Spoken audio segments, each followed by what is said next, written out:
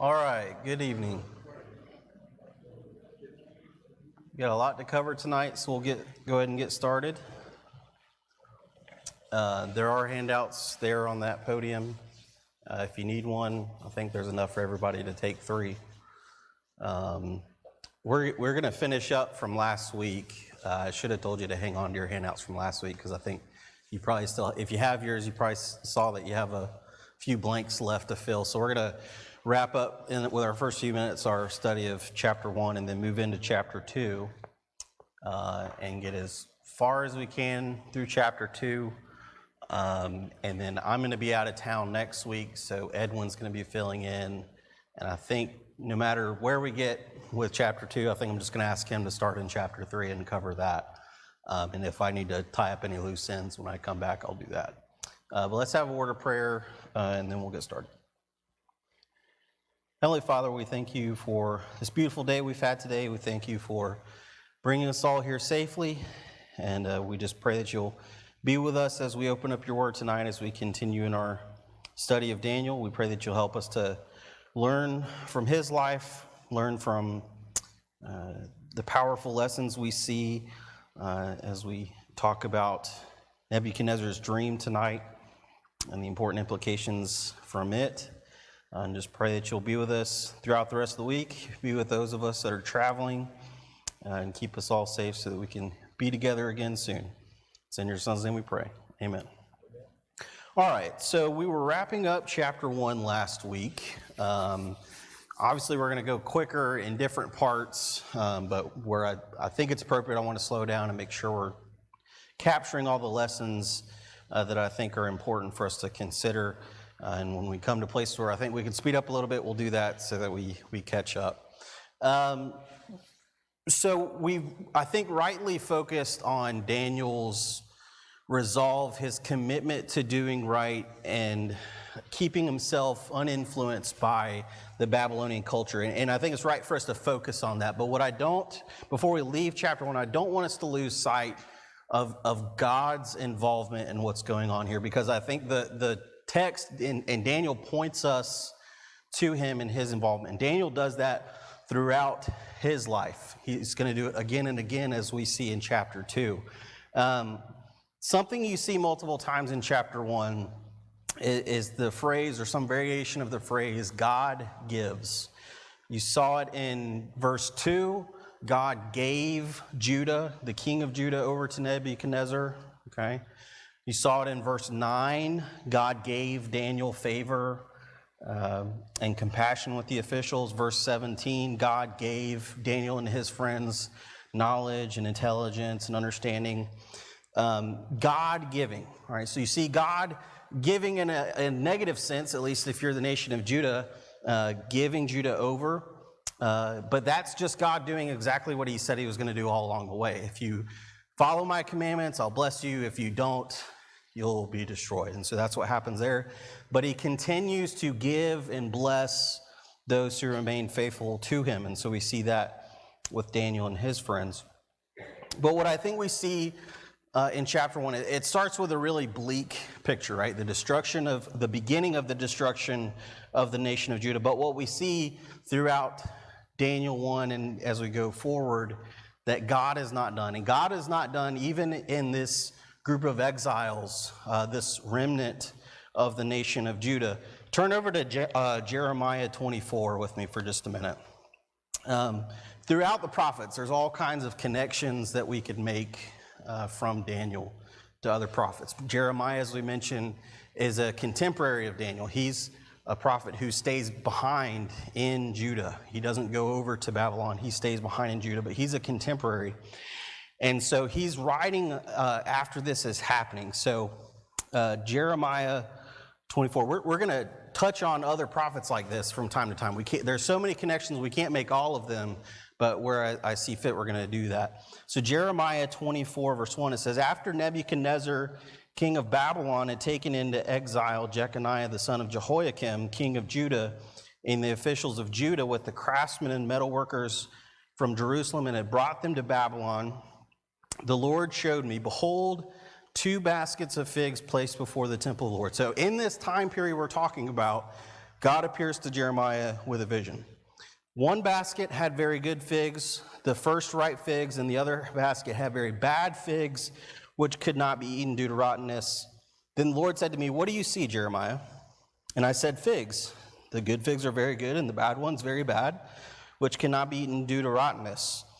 Then the word of the Lord came to me, saying, "This is what the Lord, the God of Israel, says. Like these good figs, so I will regard as good the captives of Judah, whom I have sent out of this place into the land of the Chaldeans." So, Daniel. "For I will set my eyes on them for good, and I will bring them back to this land. I will build them up and not overthrow them, and I will plant them and not uproot them. I will also give them a heart to know me, for I am the Lord, and they will be my people, and I will be their God, for they will return to me wholeheartedly." So we see God is still controlled. God is not done when it comes to his people. He's still faithful to his covenant. He's still going to continue to be with the faithful. God will watch over them, he says. He will build them up. And it says he's going to bring them back. So this exile is not going to be forever. So we talked about how Daniel could feel that all hope is lost, but we see clearly that all hope is not lost. There's still going to be an opportunity to thrive and be faithful and righteous even in exile. And what we see is I think that all along, God's people have not just been the Israelites. God has always been interested in all who would be faithful to him. And we see that with the story of Jonah, for example. God sending a messenger to the Ninevites, the people of Assyria, to repent. Who are God's people? It's those who follow him wholeheartedly. That's what Jeremiah talks about in verse 7 that we just read. But we see at the end of chapter 1, Daniel continues until the first year of Cyrus the king. So when Daniel's making the choice to do right, I don't think he knew at that moment all of the impact that was going to have. I don't think he may not have known that he was going to continue and influence some of the most powerful people that have ever lived, like Nebuchadnezzar and that. So he's going to see two different major world powers. He's going to live through those and be an influential person in those kingdoms. So just a couple of points of application from chapter 1 as we wrap up. We're going to kind of fly through this.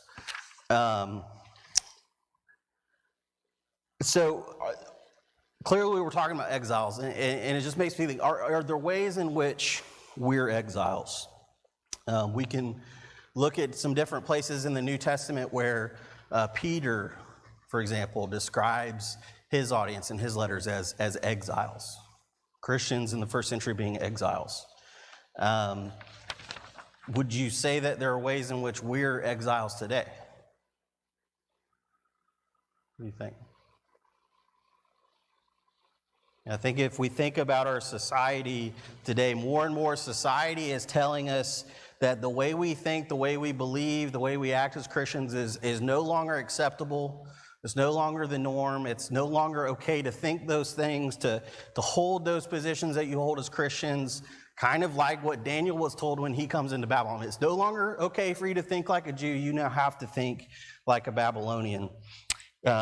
So if that's the case that we're in, are we going to do the same thing as Daniel? Are we going to refuse to compromise, or are we going to conform like a lot of the people around Daniel? Okay. Jumping to the end of my points of application here, just for sake of time.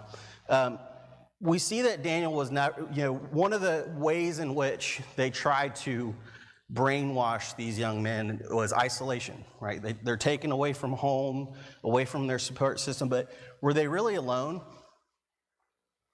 No. I mean, you think of Daniel, he had Hananiah, Azariah, Mishael. There were other faithful believers alongside him. And as we just talked about, God is still involved. God is still blessing and watching over Daniel. So they were never truly isolated. They were never truly alone. And so if we think of ourselves as exiles in the same way, are we alone? Well, no. I mean, what has God given us? We have the church, right? So we have believers alongside us, helping us refuse to conform, refuse to compromise, And of course, God is with us too. So lots more I would love to talk about, but we can't if we're going to get through all this. So let's move on to chapter 2. Have you ever wondered about what the future holds? Anybody? Anybody ever wonder about the future? I think we all have to some degree. What are some reasons why we would think about the future? Uncertainty? Okay. So we don't like uncertainty, if you're like me. What are some benefits if you could see into the future? What are some things you'd like to know? Yes, ma'am. Okay. So, when we plan, even though we're not thinking, we may not be thinking, oh, I'm thinking about the future. When you're planning, you're thinking about the future. You're thinking maybe in the very short future, but you're still thinking about the future, making plans for yourselves and things that have yet to come to pass, but are going to come to pass in the future. What are some reasons we might want to know the future?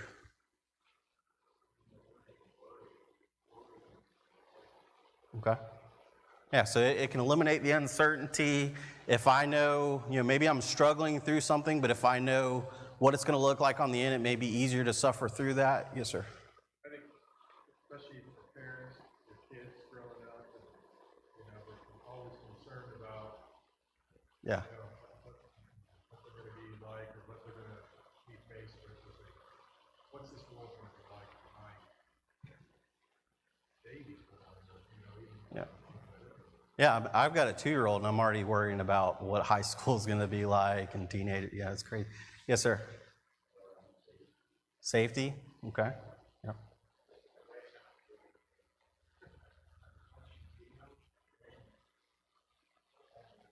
Yeah, some things I think we don't want to know. Something, yeah.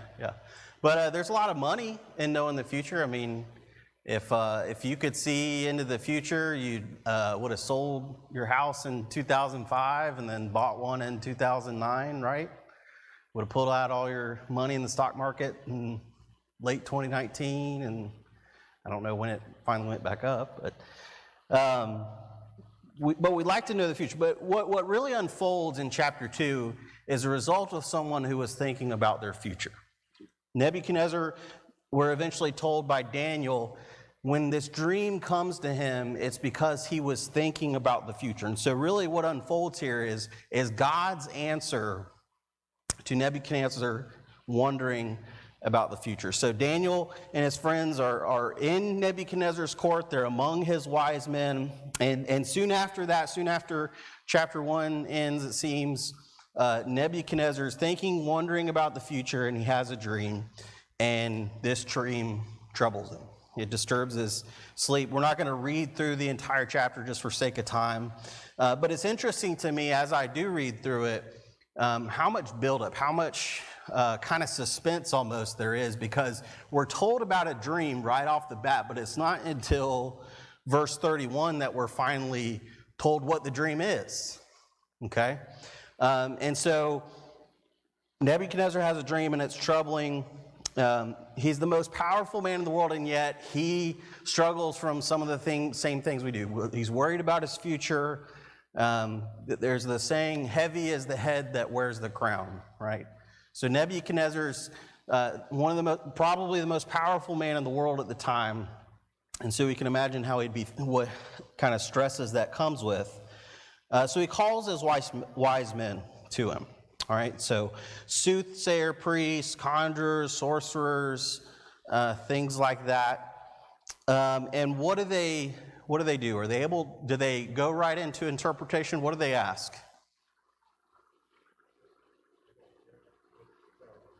Yeah, they ask Nebuchadnezzar, and this seems to have happened before, right? Seems like the normal practice would have been for Nebuchadnezzar, whoever, to tell them the dream, and then they would give the interpretation. But here, Nebuchadnezzar asked them to tell him the dream so that they can then interpret it.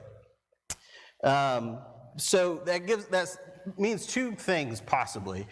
One, either he didn't remember the dream, all right? And I think we can understand that. We've all had dreams that, for whatever reason, it just seems to escape us very quickly. But we've experienced that, I think, a dream that we can't remember.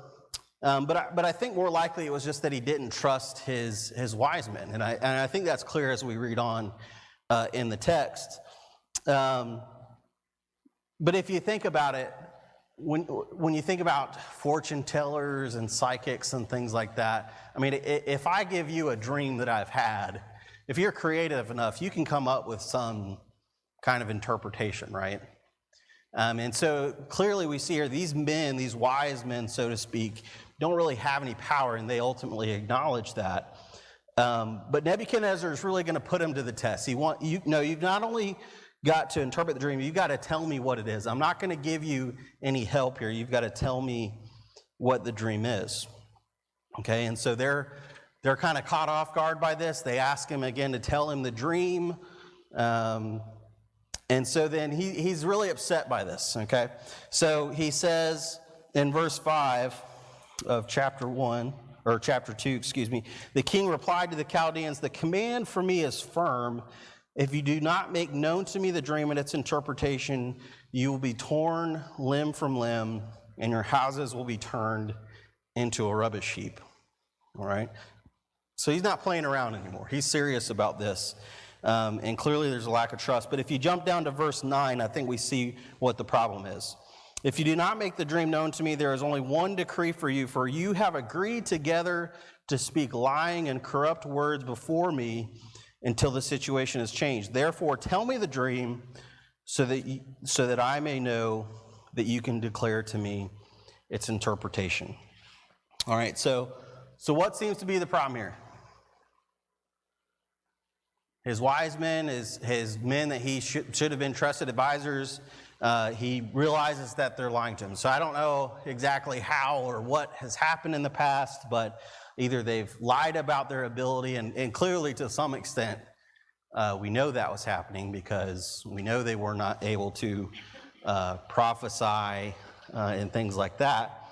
There may have been occasions where, again, they just happened to be right about something. If you people still today, I mean, as silly as it may seem for Nebuchadnezzar to have all of these different men, soothsayers, conjurers, things like that, as silly as that may seem to us, there's still millions of people today that read their horoscope every day, that go see psychics, that read tarot cards. And if you think about things like that, I mean, if you go see a psychic and they know enough information about you, they can come up with some kind of vague thing that's happened in your past and be right. I mean, a broken clock is right twice a day, right? But Nebuchadnezzar, it's clear to him that they're lying, and you can imagine why they would want to do that. I mean, so Nebuchadnezzar says if they can't do this, he's going to kill them. But what's the flip side? If they are able to do this, what's the plan? They'll be rewarded. And that's what we see happen eventually with Daniel. So you can imagine why they would want to make up interpretations just for selfish gain and things like that. But verses 10 and 11, again, they go back and forth, all right? And they keep saying, we can't do this. What you're asking is too difficult. But verses 10 and 11, their response to the king after he's set down this gauntlet for them really sets the stage here for what happens in the rest of the chapter. Verse 10, the Chaldeans answered the king and said, "There is no person on earth who could declare the matter to the king, because no great king or ruler has ever asked anything like this of any soothsayer, priest, sorcerer, or Chaldean. Moreover, the thing which the king demands is difficult, and there is no one else who could declare it to the king except God's, whose dwelling place is not with mortal flesh." So what are they acknowledging?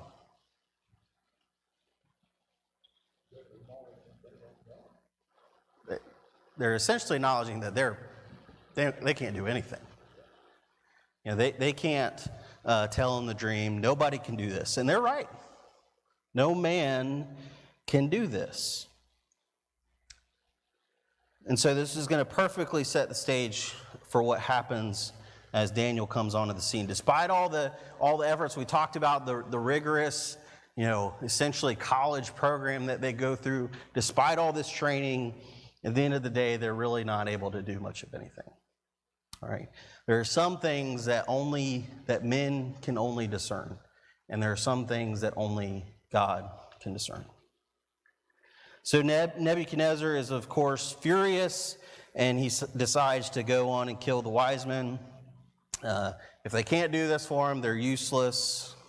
They're done to him. He's confirmed the fact that they've been lying to him, and so he's going to kill them. This clearly indicates what about Nebuchadnezzar? He's got a bit of a temper, right? He's on one level a bit of a psycho, right? We didn't read through all it, but when you read all the, God is directing Nebuchadnezzar in the destruction of Jerusalem. But when you read through it, he really seemed to relish and enjoy in it. But he was a violent, hot-tempered man. But what I think this also indicates is just how much this is disturbing, how much this dream has really stood out to him and has really got him worked up to the point that he would do this. But what's the problem for us as people who are interested in what's going on with Daniel? He's a wise man. This includes Daniel, okay? So, verse 13, the decree was issued that the wise men be killed, and they looked for Daniel and his friends to kill them. Verse 14, then Daniel replied with discretion and discernment to Arioch, the captain of the king's bodyguard, who had gone out to kill the wise men of Babylon. He said to Arioch, the king's officer, for what reason is the decree from the king so harsh? Then Arioch informed Daniel of the matter. So what does that tell us about Daniel and his friends' involvement in everything that's going on in the first part of the chapter?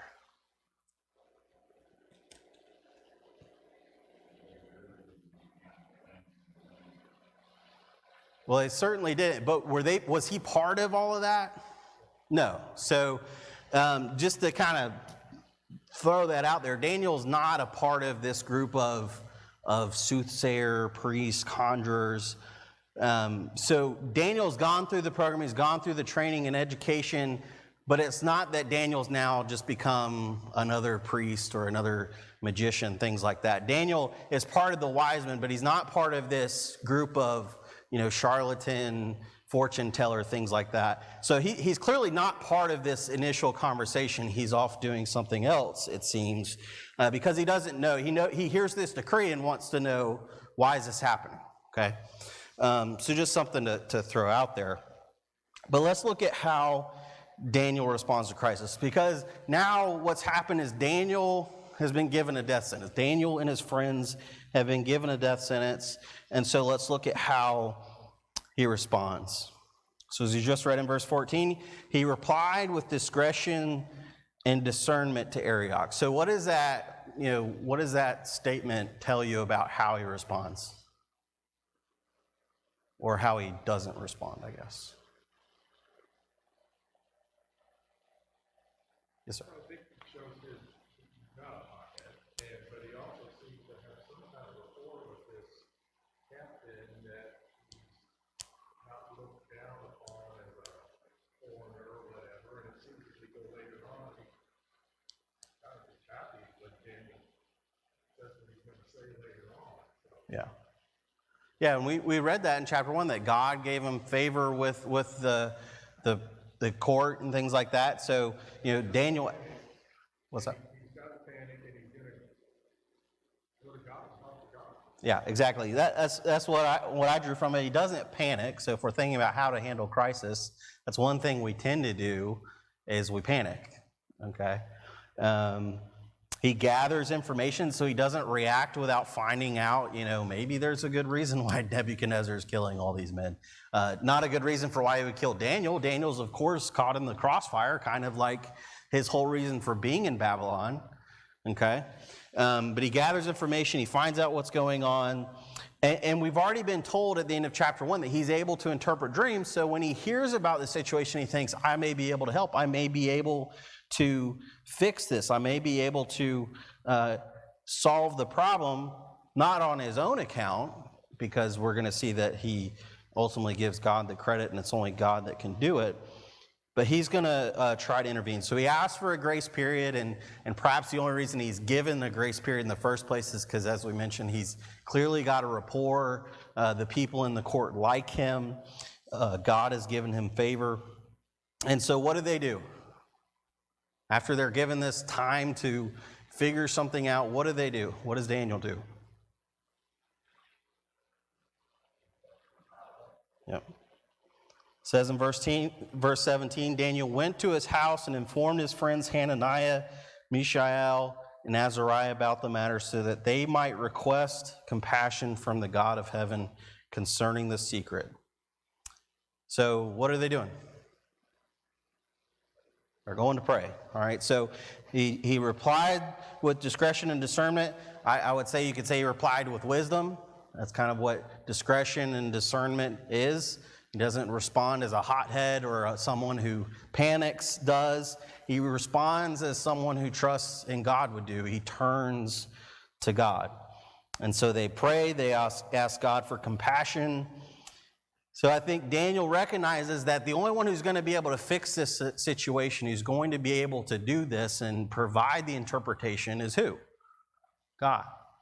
All right, so Daniel has the ability to interpret dreams, but he clearly knows that he only has it, not because there's anything special about him, but because God has given him the ability. So verse 19 tells us that the secret is revealed to Daniel in a night vision. Again, we're 19 verses into this. We keep hearing about this dream. People are going to die over it, and yet we still don't know what it is. So the anticipation is building. So Daniel receives the secret, and what do you think Daniel does in response? Does he rush to Nebuchadnezzar? No. What does he stop to do? He stops and praises God.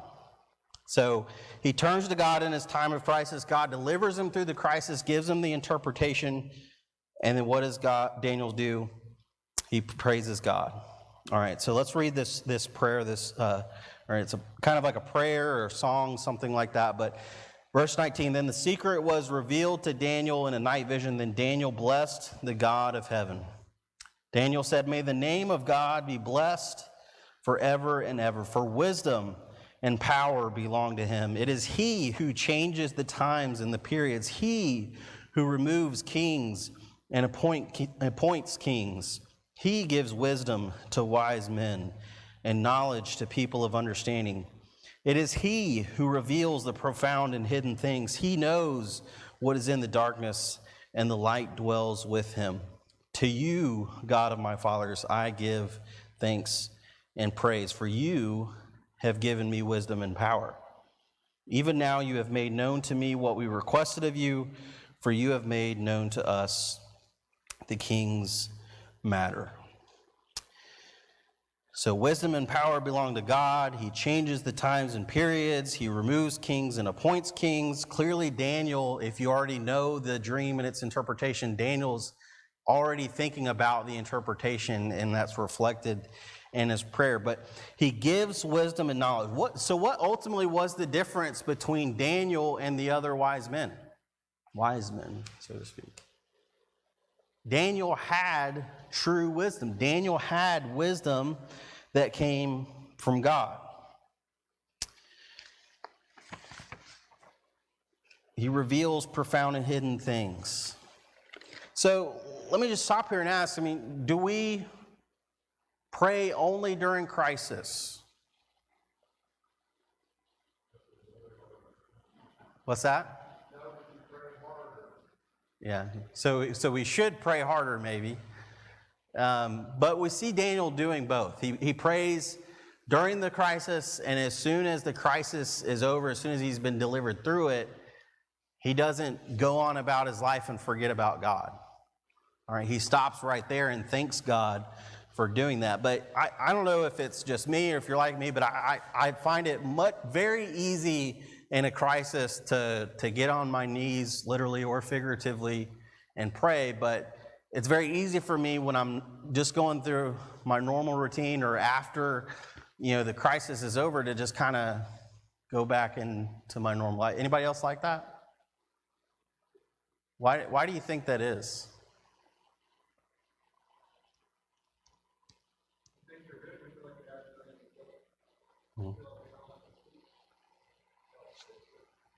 Yeah.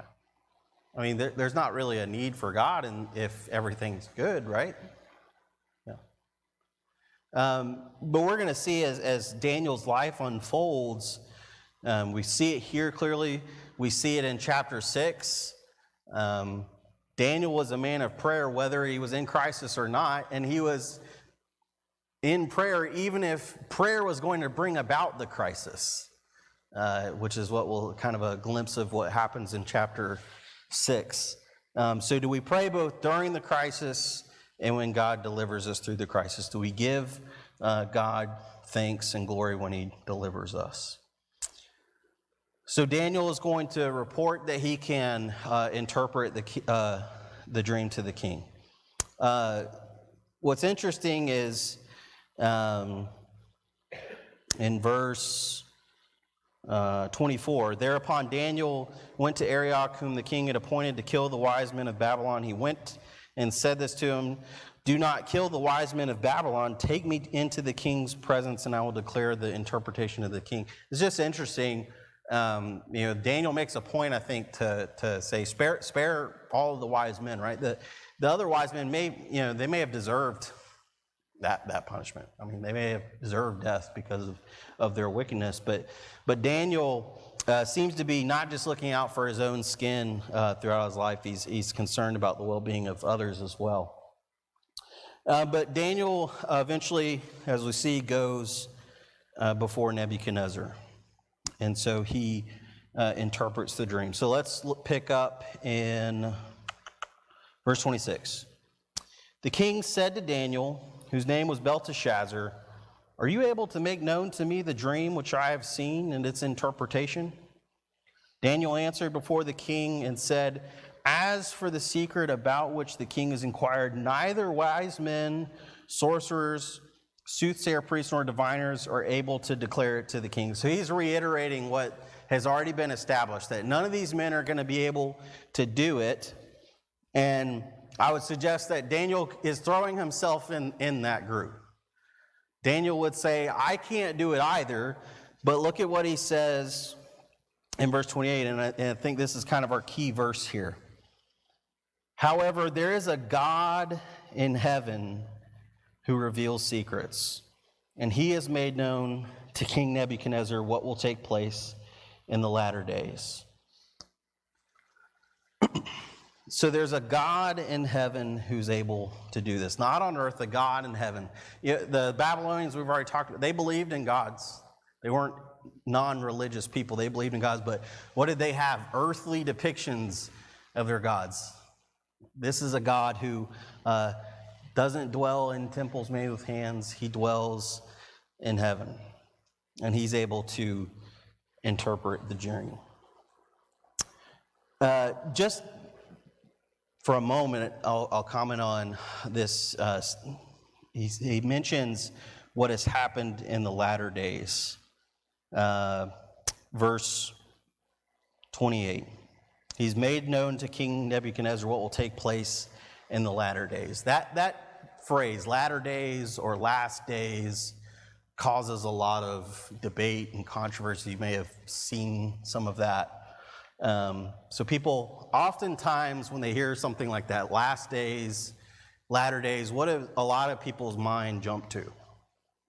What maybe even your minds jump to? The end of time, right? When the world's going to end. All right, so there's different things that phrase can mean. I think what is contemplated here, though, is the Messianic period, the period in which the Messiah is going to come. All right, and I think that becomes clear as we see the interpretation of this dream unfold. Let me give you another example of where we see similar language used in Hebrews chapter 1. In Hebrews chapter 1, the very beginning,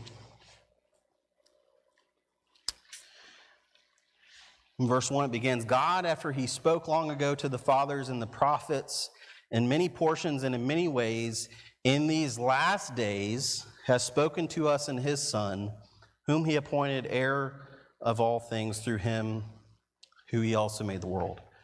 Okay, so what the Hebrew writer started off by saying is God has revealed himself. He first reveals himself through the fathers or the patriarchs, then he reveals himself to prophets, okay, like Daniel.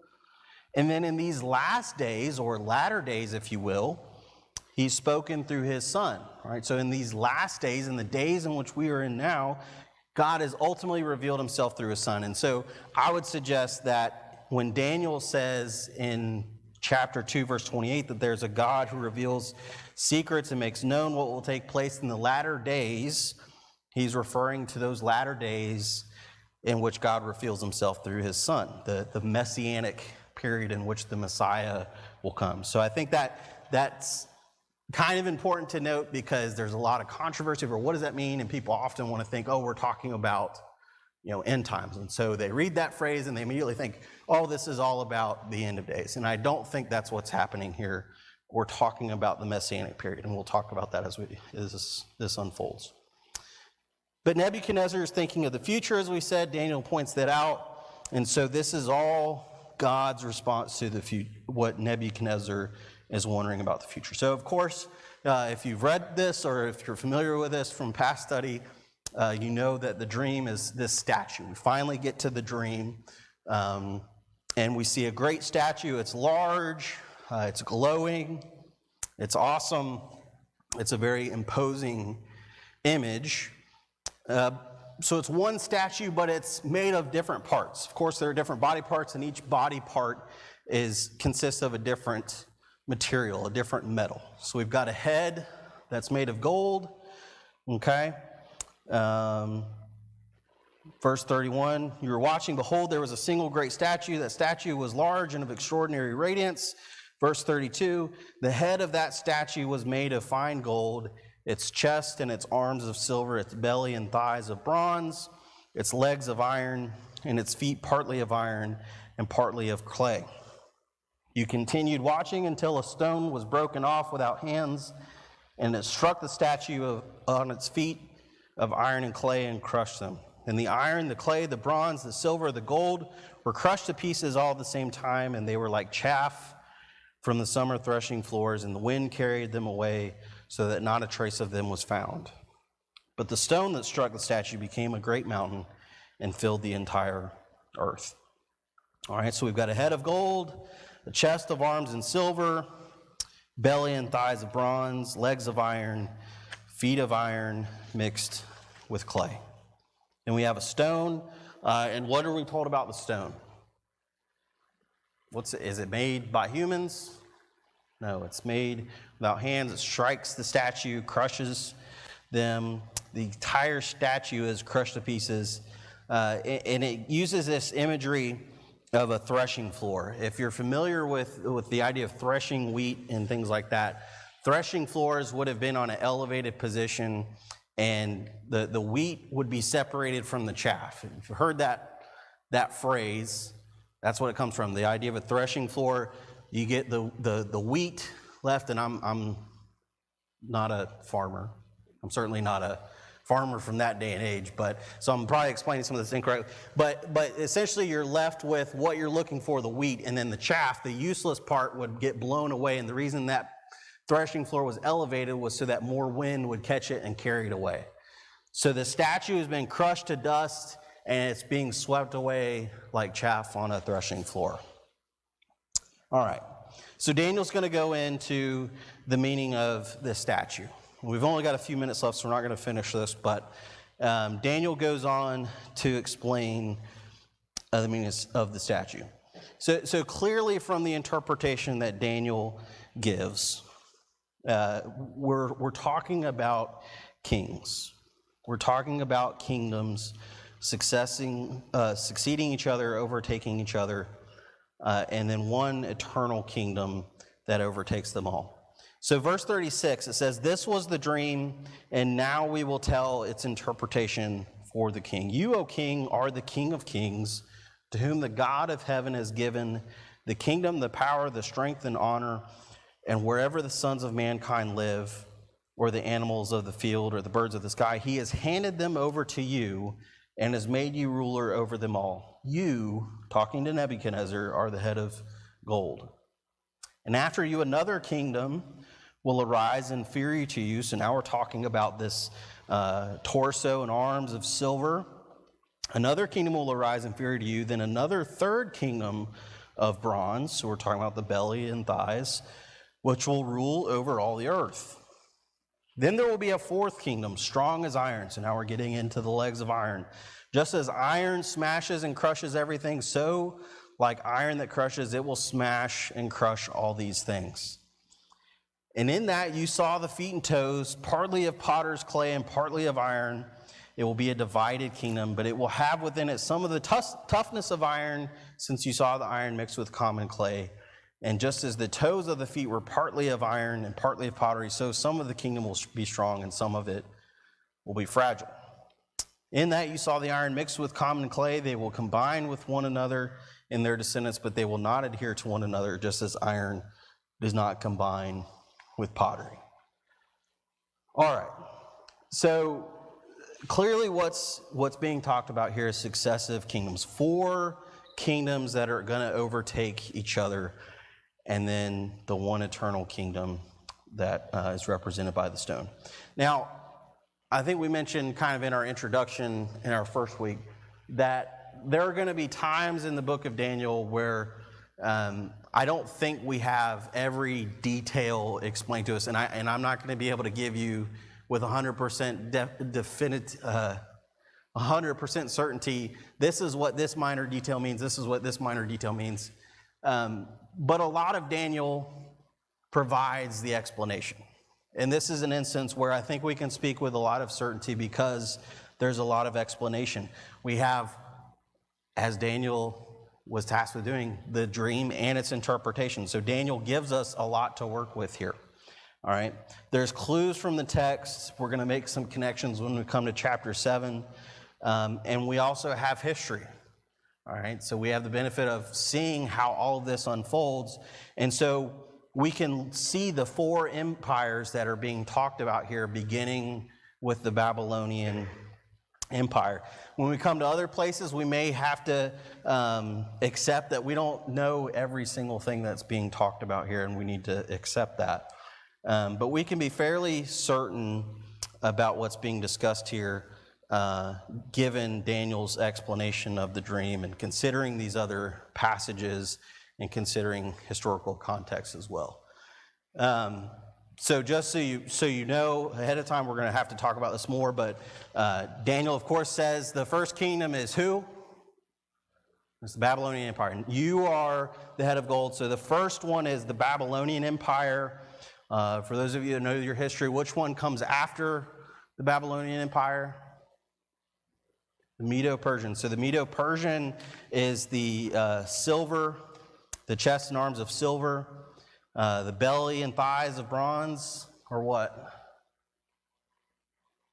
The Greek Empire. I think I heard that. And then the legs of iron, feet of iron clay is going to be the Roman Empire. All right, so we're out of time, but we're going to go through those. I'm going to talk with Edwin and see if he wants to finish up all of that or if he wants to just cover chapter 3, because that's what I had anticipated we'd be ready for. So we'll either cover chapter 3 and kind of jump ahead and then come back and finish up chapter 2. But just be prepared either way for chapter 3. But we'll, of course, come back to this and talk about this in a little bit more detail. But you've got 4 successive kingdoms, and what God is showing is that here's what's going to happen, and I am raising up, appointing these kings, and I am in charge of and behind the scenes in control of everything that's happening.